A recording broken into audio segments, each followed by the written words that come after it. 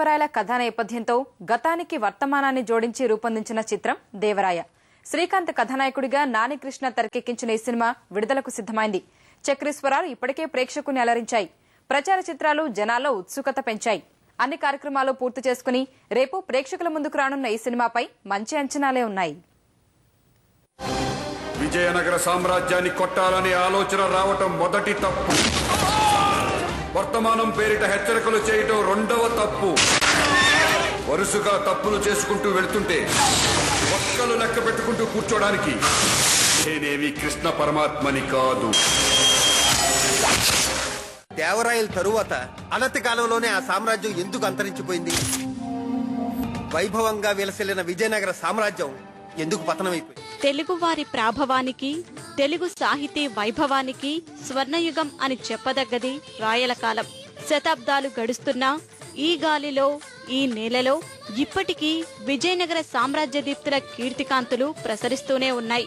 రాయల తర్వాత విజయనగర ప్రాభవం ఎందుకు అంతరించింది అన్న ప్రశ్నకు సమాధానమే దేవరాయ చిత్రం. 500 సంవత్సరాల నిరీక్షణ, 5 ఆయు ప్రమాణాల సంకల్పం,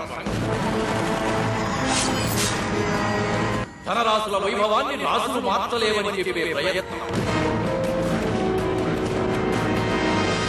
మొక్కిన మొక్కు తీర్చుకోవడానికి మొఖం చాటేసే జనాల మధ్యకు అమ్మవారి రుణం తీర్చుకోవడానికి దేవరాయలు రాబోతున్నాడురా. 500 ఏళ్ల నిరీక్షణ, 5 ఆయు ప్రమాణాల సంకల్పం, మొక్కులు తీర్చుకోవడానికి మొహం చాటేసే జనాల మధ్యకు అమ్మవారి రుణం తీర్చుకోవడానికి రాయలు వస్తున్నాడురా అంటూ సాగే టీజర్ ఈ సినిమాపై ఉత్సుకత పెంచింది.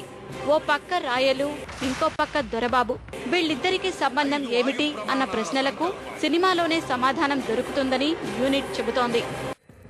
ఏమది ఒకే పాలన కిందకు తేవాలను చూచుటకు భారతావని బాబర్ అబ్బసొత్త అతని అనుమతి తెచ్చిన జాగీరా.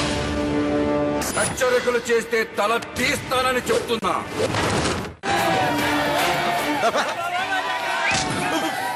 కోరిక అందరికీ ఉంటదిరా, దమ్ము దొరబాబు గారికి ఒక్కడిగా ఉంటుంది. శ్రీకాంత్ కథానాయకుడిగా సన్ రే ఇంటర్నేషనల్ సినిమా పతాకంపై కిరణ్ జక్కం శెట్టి నిర్మిస్తున్న ఈ చిత్రానికి నాని కృష్ణ దర్శకత్వం వహిస్తున్నాడు. చక్రి అందించిన స్వరాలు ఇప్పటికే మంచి విజయాన్ని అందుకున్నాయి. రాయల సభలో నాట్య గీతం మొదలుకొని దొరబాబు ప్రత్యేక గీతం వరకు తనదైన శైలిలో మంచి ట్యూన్స్ అందించాడు.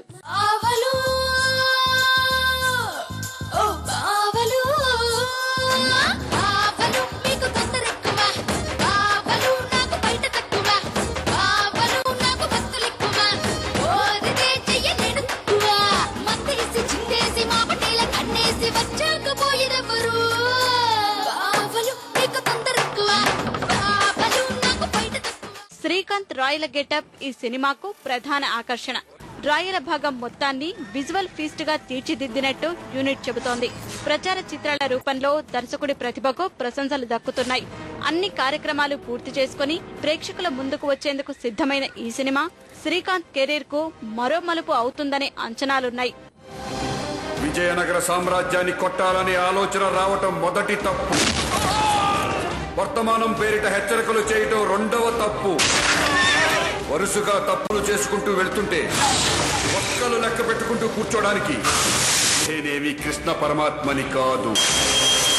పుట్టుకకు కారణం ఎలాగూ తెలియదు, కనీసం చావుకైనా ఒక మంచి కారణం ఉండేలా చూసుకోండి.